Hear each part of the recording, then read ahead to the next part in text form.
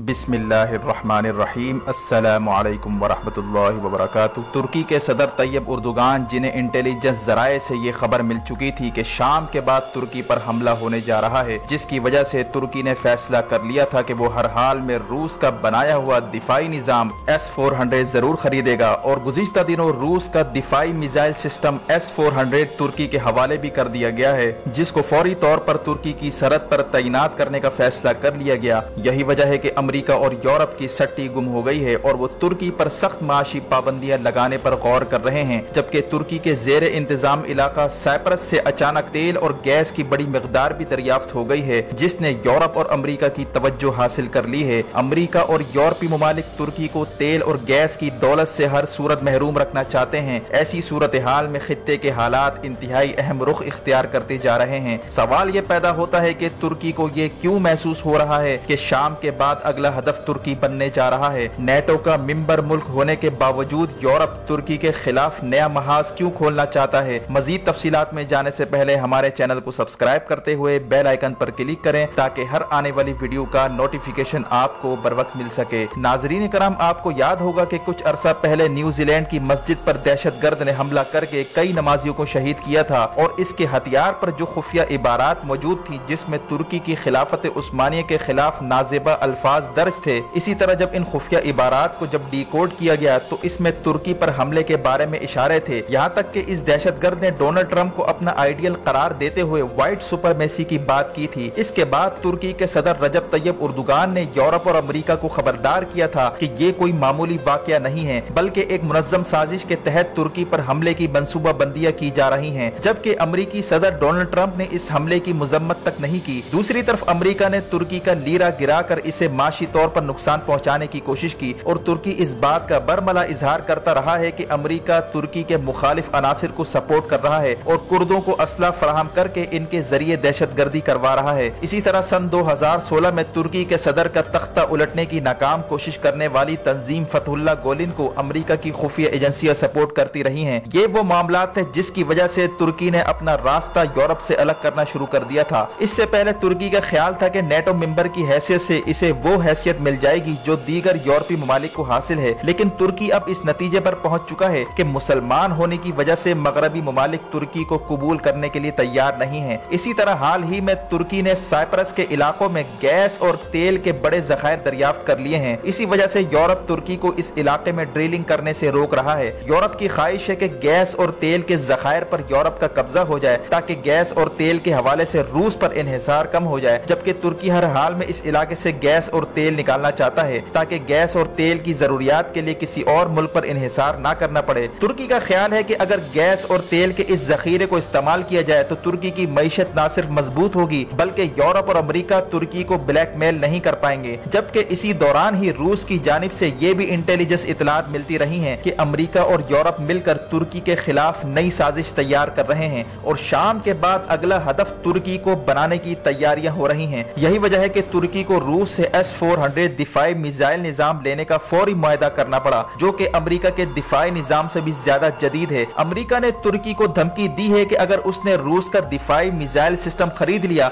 तो उसे पाबंदियों का सामना करना पड़ सकता है। जबकि अमेरिका की शदीद मुखालफत के बावजूद भी रूस ने गुज़िश्ता जुम्मे से तुर्की को S-400 दिफाई मिसाइलों की फराहमी शुरू कर दी है। अमेरिका को खदशा है कि अगर तुर्की ने 5th जनरेशन अमेरिकी तैयारे F-35 के साथ इन रूसी दिफाई मिसाइलों को इस्तेमाल किया तो रूस अमेरिकी जंगी जहाजों से मुतालिक खुफिया मालूमात तक रसाई हासिल कर सकता है। इसी वजह से अमेरिका तुर्की को हर हाल में ये दिफाई निजाम खरीदने से बाज रखना चाहता है, लेकिन तुर्की ने अमेरिकी धमकियों को नजरअंदाज करते हुए इसे जिंदगी और मौत का मामला करार दिया। तुर्की के सदर रजब तैयब उर्दुगान ने कहा कि ये दिफाई निजाम तुर्की की बका और सलामती के लिए बेहद जरूरी है और इस पर किसी किस्म का समझौता नहीं हो सकता। नाजरीन कराम, रूसी साख्ता S-400 मिसाइल, जिन्हें जहाज शिकन मिसाइल भी कहा जाता है, ये 400 किलोमीटर के फासले तक अपने हदफ को निशाना बनाने की सलाहियत रखते हैं। यहाँ तक के 27 किलोमीटर तक की बुलंदी पर परवाज करने वाले तैयारे भी इसकी रेंज में आते हैं। रूस ने यह दिफाई मिसाइल सिस्टम सन 2017 में मुतारिफ करवाया था। इस मिसाइल सिस्टम की खास बात यह भी है कि ये एक मोबाइल सिस्टम है जिसे गाड़ियों के जरिए किसी भी इलाके तक ले जाया जा सकता है और एक ही वक्त में मुतादिद मिसाइलों को लॉन्च किया जा सकता है। रूस इन मिसाइलों को फिजाई दिफाई निजाम का एक मरकजी जुज करार देता है। इस दिफाई निजाम को जंगी तैयारे,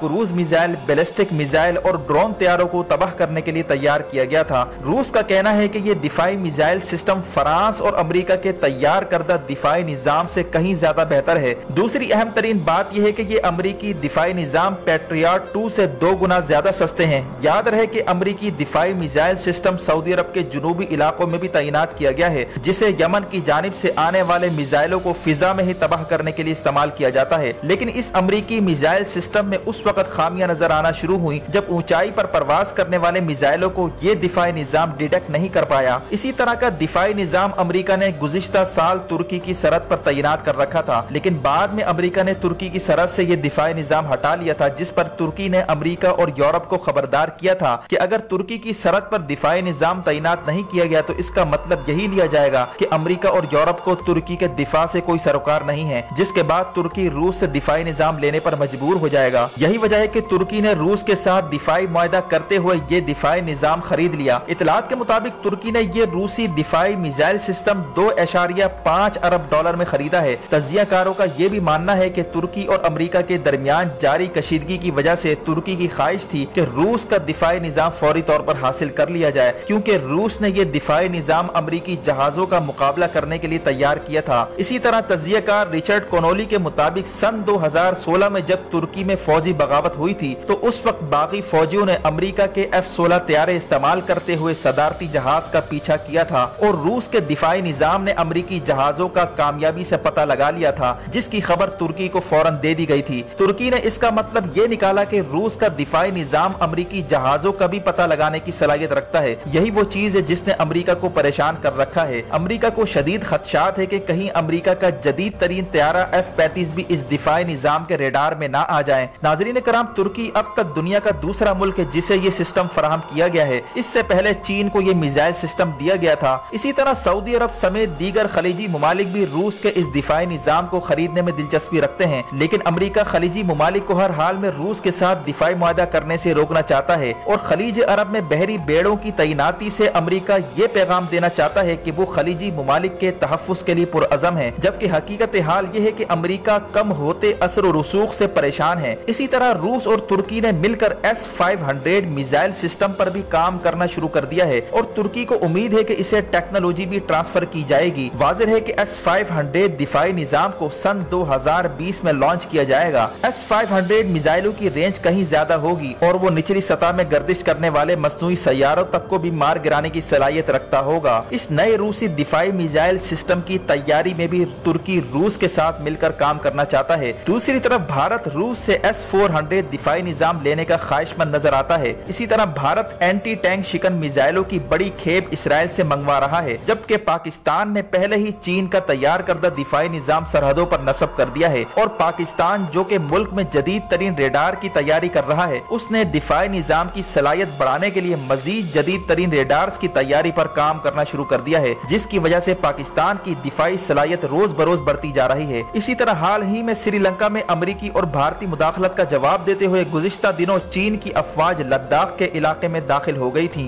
जिसकी वजह से भारतीय फौज सख्त परेशानी से दो चार हो गई। चीन का ख्याल है कि भारत दलाई लामा को पनाह देकर तिब्बत में बगावत को हवा देना चाहता है। दूसरी तरफ अमेरिका के साथ ट्रेड वॉर के बाद साउथ चाइना में कशीदगी बढ़ती जा रही है। इसी वजह से चीन ने खित्ते में जारहाना रवैया अपनाने का फैसला कर लिया है। दूसरी तरफ पाकिस्तान खारजा पॉलिसी पर इंतहाई कामयाबी के साथ गामजन है और खित्ते में पाकिस्तान की जुग्राफियाई अहमियत मजीद बढ़ती जा रही है और अमेरिकी एयरलाइंस ने भारत की जानिब जाने वाली परवाजों को मनसूख करके ये पैगाम दिया है कि जब तक पाकिस्तान अपनी फिजाई हुदूद बंद रखेगा उस वक्त तक अमेरिका से भारत जाने वाली परवाजें बंद रहेंगी। ये वो सूरत हाल है जिसने दुश्मन को घुटने टेकने पर मजबूर कर दिया है। इसी तरह पाकिस्तान दिफाई मैदान में भी खुद कफालत की जानिब बढ़ता जा रहा है, जो कि पाकिस्तान के रोशन मुस्तकबिल के लिए खुशाइंद है। वीडियो देखने का शुक्रिया। वीडियो को लाइक करके शेयर कीजिए और मजीद मालूमात के लिए असलियत टीवी को सब्सक्राइब करते हुए बेल आइकन पर जरूर क्लिक करें ताकि हर आने वाली वीडियो का नोटिफिकेशन आपको बर वक्त मिल सके। अपना और गिरदोनवाह के लोगों का ख्याल रखें। फी अमानिल्लाह।